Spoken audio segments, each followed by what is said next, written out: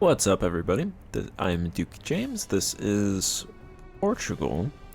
I haven't actually played this since before I started the Brazil, because did a couple episodes in Brazil, then I filmed a bunch of Portugal, and then I went back to Brazil. So it's been, I think, like a month or two, if not longer, since I've come back to this and actually recorded an episode.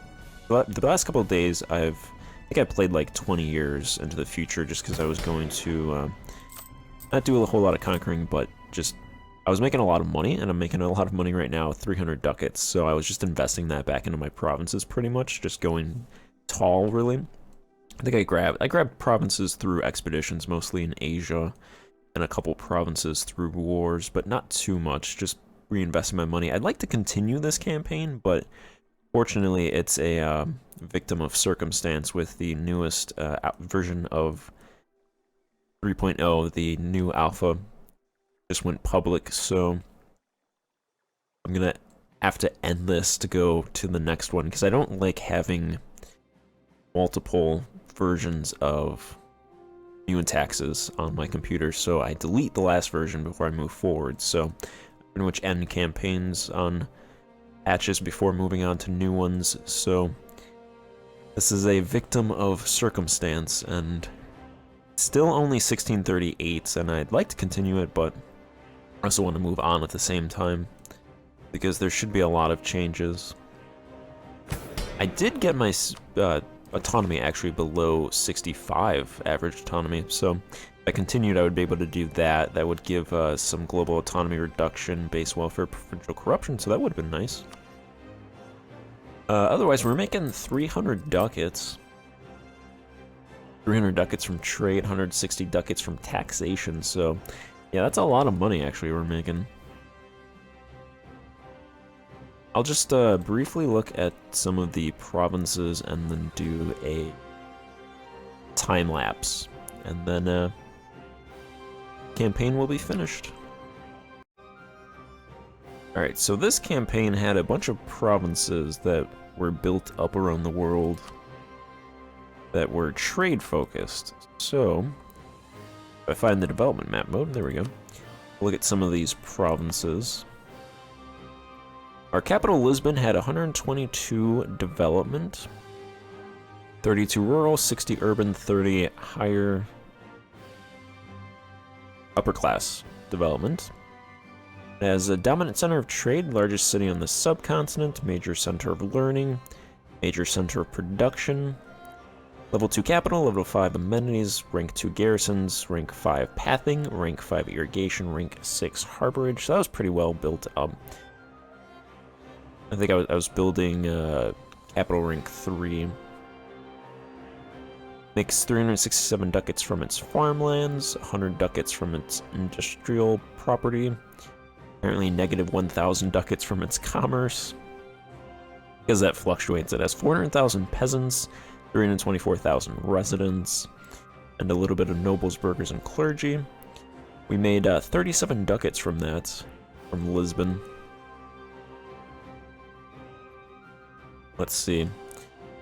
What's the best province over here? I think all these other provinces were really just food production provinces for the most part. 200 ducats from there, 60 development. 200 ducats there, 162 ducats from mines in that province, 61 development, 56 development. Decent development in these provinces. Africa had... So Lisbon was the Iberia province that I built up. The Strait of Gibraltar province... Yeah, I think that was Ceuta. Marrakesh, Fez, Tlemcen, Tangier, and Ceuta are pretty much all built up around the same development for the most part. Marrakesh has 53 development, Fez 59, Tlemcen 66, Tangier a little bit less, 34, and then Ceuta has 52. It looks like Tlemcen is the best province in terms of development, so this province has Largest regional city, important center of production, minor center of trade, important center of learning. 109,000 residents, 223,000 peasants. Rank 3, garrison, irrigation, amenities, pathing. I built a capital level 2 in Fez. Actually got the autonomy down to 68%. Rank 3 amenities, rank 3 pathing there, irrigation. The largest city on the subcontinent actually is Fez, so that's probably the best province. 112,000 residents, 115,000 peasantry. 88 ducats from its industrial property, 81 from its farmland, so not that much. It's not making that much money, but it has a lot of people there. Ceuta has 106,000 residents. Important center of production, important center of trade, important center of learning. Angier's pretty much less than all the other ones. Marrakesh has 73,000 residents. 53 development, important center of trade, minor center of production. Tangier, only 50,000 residents, 100,000 peasantry. So Tangier, not that great. In the Barbary Coast node, I built up Argol. This province has a dominant center of trade, a major center of learning, and a major center of production. It has only 31,000 residents, but 1.4 burgers, 1.4 thousand burgers. Amenities rank 2, garrisons rank 4, irrigation rank 2, harbors rank 3, pathing rank 3. Only 42 developments, 108,000 peasants. This province made a lot of money from commerce. Or it should have. Yeah, commerce size 140. It's negative right now. Yeah, that'll happen. It'll just fluctuate, but that province was actually well built up with a dominant center of trade. Nice was the West Mediterranean province that I built up. Only 28 development. I didn't build up these provinces too much because I acquired them pretty late in the campaign. So this province had 16,000 residents, 92,000 peasantry, amenities rank 3. Just a major center of trade, that's about it. Then Liguria development 34. With a dominant center of trade. Makes negative commerce. I guess this year just all these provinces have negative commerce income. Doesn't really make much of anything else. 34 development. Not that well built up there.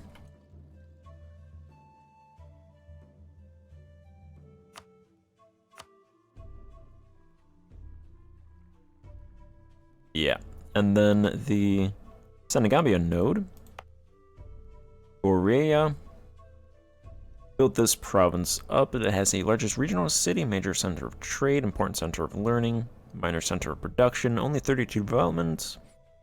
Amenities rank 3, garrison rank 3, harbor rank 2, irrigation rank 2. 39,000 residents, 82,000 peasantry. Actually profitable commerce property, which is nice.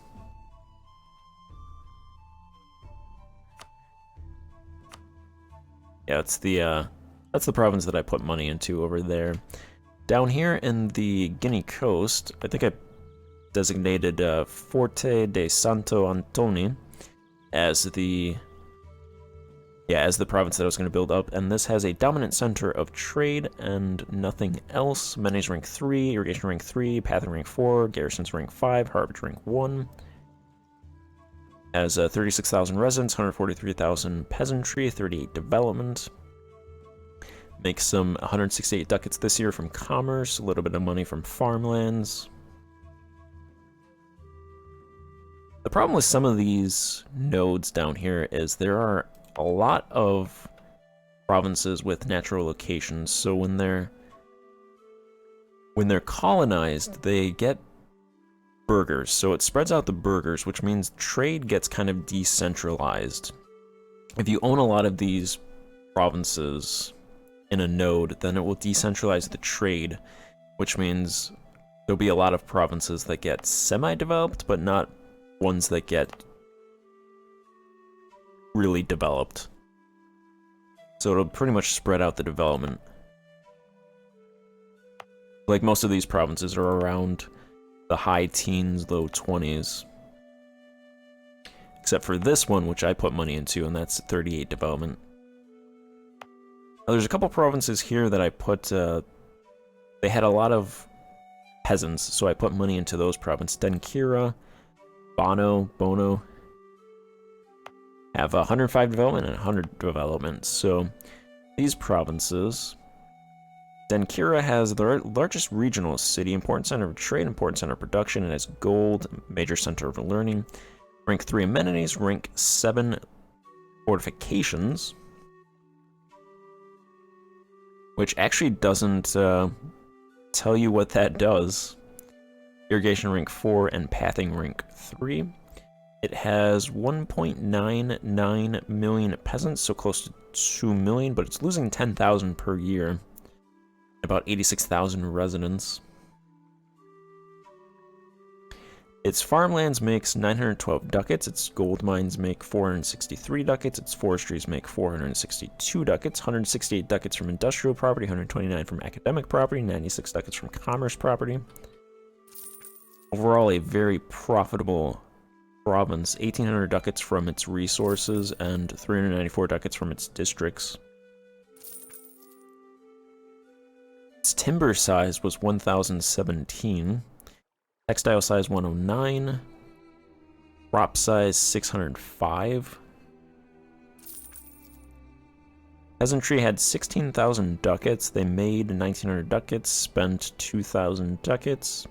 Residents had about 7,200, nobles 11,000 ducats, burghers 8,800 ducats, clergy 8,600 ducats, so really wealthy estates. Property income from nobles 425 ducats, they were spending 300, so they were making money.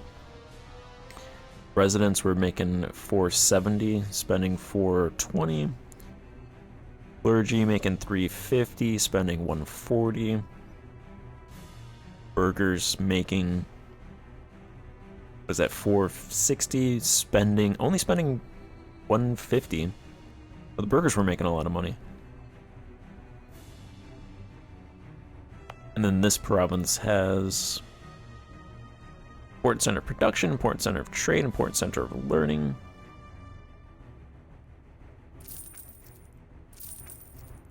It has 1.6 million peasants, 64,000 residents, 385 ducats from its farmlands, 396 ducats from its mines. Its forestries were not that very well developed, 151 ducats from industrial property, 112 from academic, 107 from commerce. So close to 1,000 ducats from those, or 1,157 ducats combined from their resources and districts. Rank 3 amenities, rank 4 garrison, rank 3 pathing, rank 2 irrigation.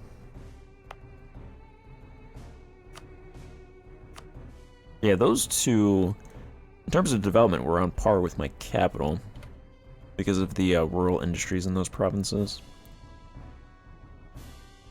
Let's see, in the Congo node, I was building up Sao Paulo de Luanda.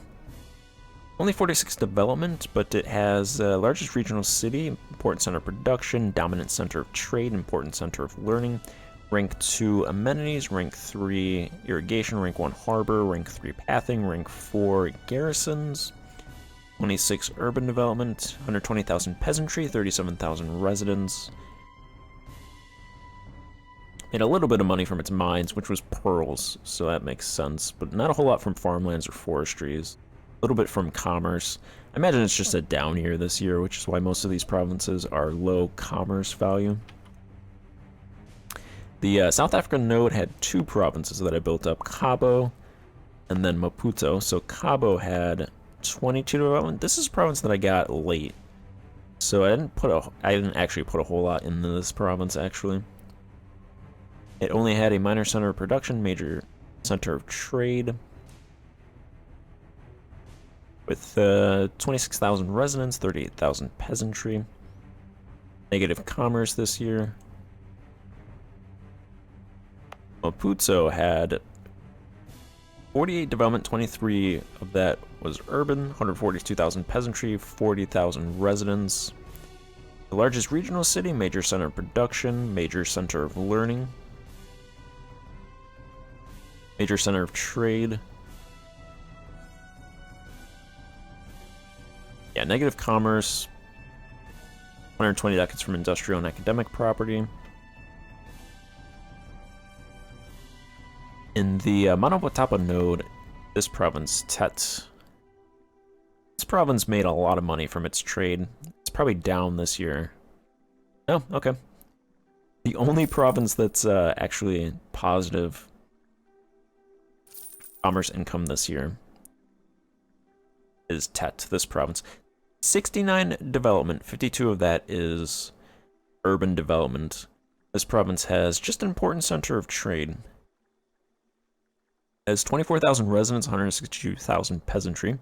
So you don't need, in order to have rich provinces, you don't need cities.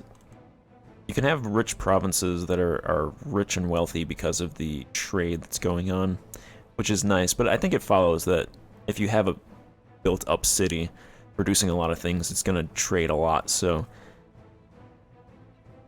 I think most provinces that are good in terms of, like this province, most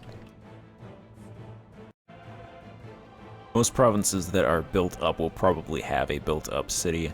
This province was just built up because of its trade, because this area has a lot of ivory, which is an exotic good, so it can trade that ivory and make a lot of money from that ivory. This province has 162,000 peasantry, only 24,000 residents.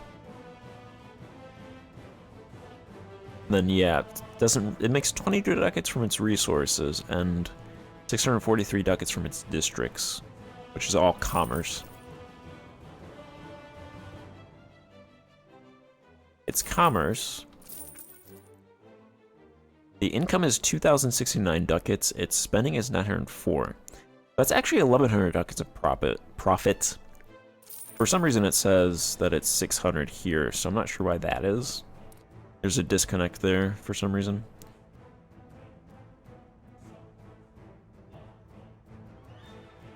But yeah, you can see in this trade screen, its stockpile / fulfillment of exotics is 312.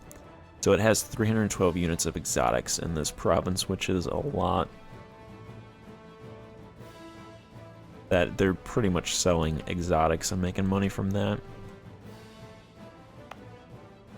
Alright, the Zanj trade node. I tried to build this province up. I grabbed it very late, so I didn't actually put a whole lot. I put a lot of ducats into it, but it didn't actually do much. And then I grabbed Zanzibar very late, so I didn't really put much into this province, but this province was already pretty well developed. So this province has 58 development, dominant center of trade, minor center of learning. It has an important center of production. It is the largest regional city. It has 53,000 residents, 332,000 peasants. Makes about 400 ducats from its commerce. Maybe. Should make like 600 ducats, 543% profitability from its commerce, but for some reason this only says 390. Makes 126 from its industrial property, 281 from its farmlands, so combined more than 800 ducats. Not bad. This province is also, I imagine, exotics.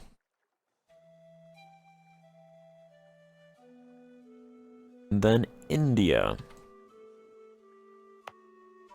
Is building up Thado over here. This province has largest regional city and major center of trade, major center of learning, important center of production. It has 460,000 peasantry, 38,000 residents, 58 development. Doesn't make a whole lot. Its commerce is negative, which is dragging it down this year. Apparently this province is better in terms of trade with a dominant center of trade, 56 development, 34,000 residents, 381,000 peasantry. Dominant center of trade, minor center of production. I imagine the commerce property is also negative. Yep. That's another thing. It's very hard to estimate what your commerce property is, what your commerce income is going to be, because it's not linear. It's very up and down. It's like a heartbeat monitor in a hospital. Just some years you'll have a lot of income, and some years it'll be negative 409 ducats of income, which doesn't really make sense, but it's just something you gotta work around, which is why I do not take commerce property anymore, because I used to, and that would just cause very huge swings in your income. You can make a lot of money from trade, you can lose a lot of money from trade, so I just leave that with the burghers. Alright, and then over here, in the Conca node, I took 3 provinces. These are mainly, this one is the trade one, these other 2 are spice producers. So, the Cananor is the trade province with dominant center of production, major center for learning. Important center of production, 74 development, 36 of that is urban, 29 rural, 9 upper class. It has 69,000 residents, 285,000 peasantry, amenities rank 3, garrisons rank 6, pathing rank 5, irrigation rank 3, harborage rank 3. Makes 336 ducats from its farmlands, negative 723 ducats from commerce. Not, yeah, negative commerce. This province is, I think, the largest spice producer in the world. Spice size 1,312. Makes 646% profitability from spices, which is over 1,000 ducats. 1,002 ducats to be exact from his farmlands. 284 ducats from industrial property, actually, so its city is interesting. It only has 3,000 residents. What are they making in there? Oh, that must be, okay, because there's 1.13 million peasants, so that must be cottage industry, yeah. It makes a lot of money from its cottage industry. If you have a nation with a lot of rural pops at the start of the campaign, I would open up cottage industries in every single province. Because that's one of those things that I feel like, if you have a lot of people in a province, but you don't open up a cottage industry early, it's not really going to develop. I think I put cottage industries in these provinces, but did they? I don't think they actually did anything, really. Yeah, its cottage industry size in this province is 26. And this one is 11. So that's definitely one of the things that you want to open up as soon as possible. It's just like, development just won't go there. I don't know, it's one of those weird things. Just something you have to open up early. So yeah, they make 300 ducats from that cottage industry. Nice. And then it's a major center of production, minor center of learning. This province up here has a minor center of production, major center of trade, major center of learning. 88 development. Wait, no, this is Calicut. Cananor is up here. Yeah, that makes sense.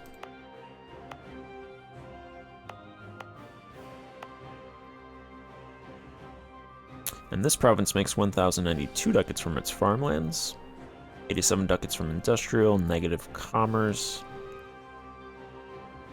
Yeah, this province also has a pretty big commerce industry, major center of trade. Rank 4 irrigation, 3 harborage, 5 pathing, 6 garrison, 2 amenities. So these two provinces, this province makes how many spices? 98 units of spices, and this province makes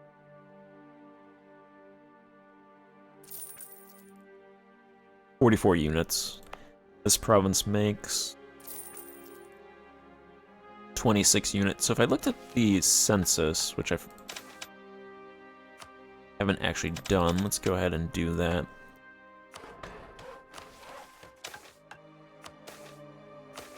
Looking at industry, we produce 939 exotic goods, so 10% of all of our exotic good production is in this province. I'll actually look at the rest of the census after I look at the provinces. So those provinces are in the Konkan node. Took these provinces kind of late in the Tamilcam nodes, so they didn't really actually get built up that much. Like this province is the best one. It has a largest regional city, major center of trade. Not much else. 55 development. 31,000 residents, 400,000 peasantry. I grabbed a lot of provinces over here through expeditions, but not as much as I sent. I grabbed this province through war. Katak, 59 development.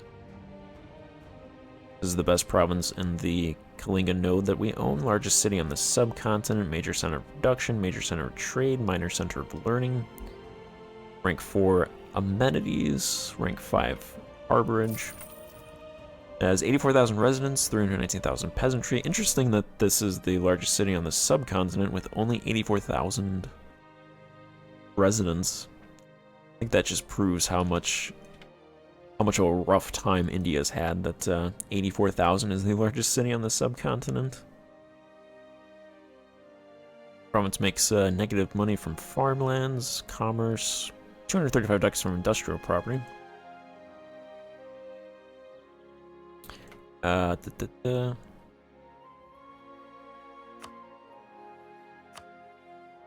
most of these provinces over here aren't very well developed. I'll just skip, well,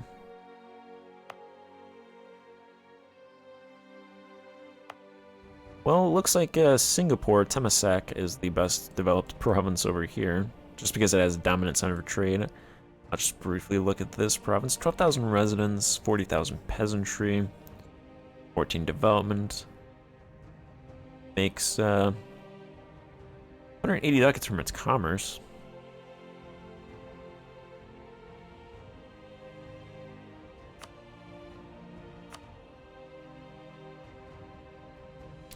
Then in the Champas Sea node, have its 69 development here. Dominant center of trade, largest regional city. Important center of learning. This province has 23,000 residents, 472,000 peasantry. Makes a little bit of money from commerce, 154 ducats, 154 ducats from farmlands, a little bit of mines. About 500 ducats. And then the New World. Not a whole lot of stuff is built up over there, so...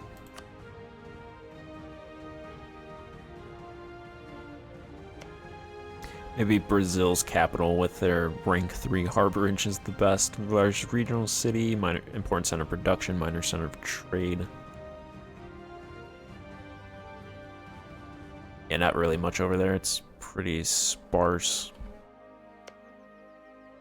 Paris, I think, is the best province in Europe with 127 development.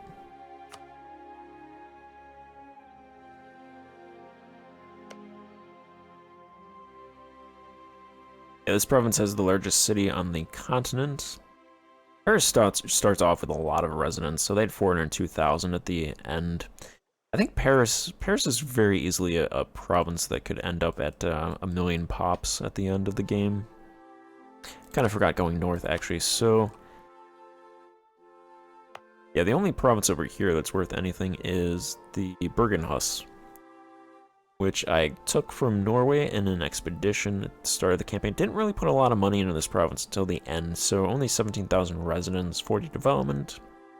There's the capital, rank 2 amenities, rank 3 garrison, pathing, rank 2 harborage, rank 2 garrison, major center of trade, minor center of production, largest regional city, important center of learning.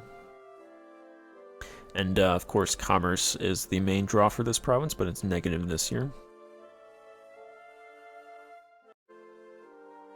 Looking at some capitals. I just looked at Paris, the rank 4 amenities. Its urban housing is 200,000, so they're double over their soft cap. With 400,000 residents, 610,000 peasantry, 127 development, rank 4 amenities, rank 5 harborage. London is horrible with 20 development. It has no amenities, no garrison, no irrigation. Rank 4 harborage, though, and rank 4 pathing as an important center of trade. That's it. Province makes 15 ducats. London has seen better days. I guess you could say London has fallen. Prague has 60 developments. Largest city on the subcontinent, important center of production, major center of learning, rank 2 amenities, 79,000 residents, 202,000 peasantry. Ostmark has 63 development, which is actually more than Prague. They make 255 ducats from their farmlands. Largest regional city, important center of production, major center of trade.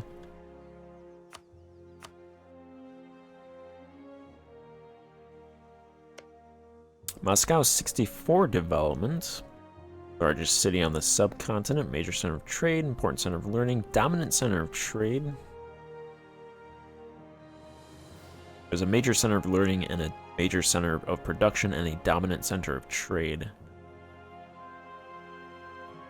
61,000 residents, 420,000 peasantry. Constantinople's seen better days. 46 development, largest city in the subcontinent, major center of learning. 59,000 residents. Not that great. Not even their best province. Konya is better. 51,000 residents. 181,000 peasantry. Cairo rank or development 111. This province should make a lot of money from its farmlands and trade, I imagine. 353,000 residents, 632,000 peasantry. 300 ducats from its farmlands. 607 ducats from its industrial property, 284 from commerce. Well, that's not bad.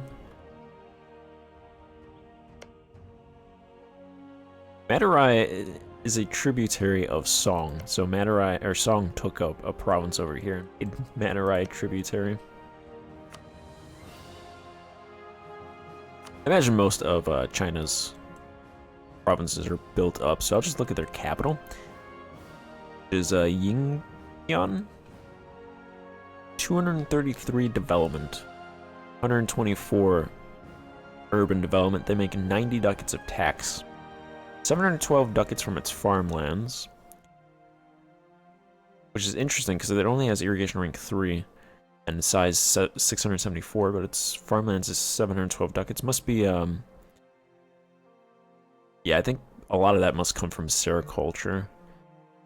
They make 3,222 ducats from industrial property, 2,351 ducats from academic, and of course the commerce property is negative, like pretty much every other province in the world. 2,420 size silk industry in this province. This would have been a good province to. Fortunately, China has like 1 million men, so that's just not in the realm of possibility.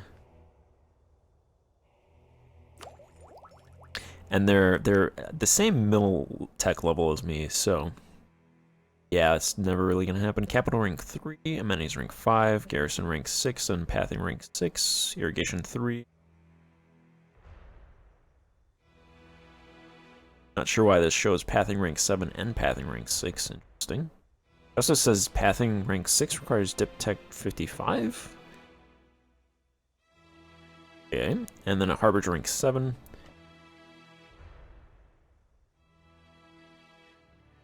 Yeah, Yeah, so, like most campaigns, unless you loot China, they're going to be very well developed.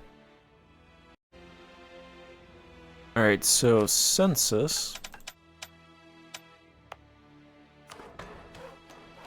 See what our end was. In terms of population, we have 52 million tenants, growing by 435,000, with an inward movement of 70,000, outward movement of 50,000, 5 million fighting age men, 3.7 million residents, growing by 37,000 inward movement. We're only losing, was that 80 residents? So actually not that bad. 142,000 burghers, 228,000 clergy. In terms of wealth, tenants are actually doing pretty decently. Everything's above 0.500 at least. The nomads, residents are making half a ducat in savings. Burghers actually are only making 8 ducats. Per capita wealth 3,000 for the burghers. Everything's above 1 life comfort luxury, so they're doing it pretty good. They're well off. In terms of industry, we produce 14,293 units of food, demand 15,298. If I were to continue, I would pretty much just try to take, in expeditions, I would take provinces, probably. I would try to take provinces over here, and then I would be able to invest into the irrigation and farmlands, so that would increase my food production. And then pretty much invest in over here as well, just building a lot of irrigation and amenities to build up cities and produce more food. Salt had a good surplus of about 800 at the end. A little bit of a fiber deficit.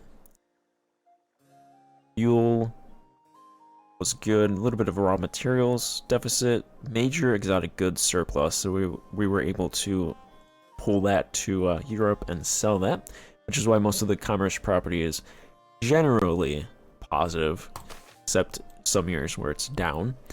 Consumer goods, a little bit of a deficit there. Tiny little bit of military deficit.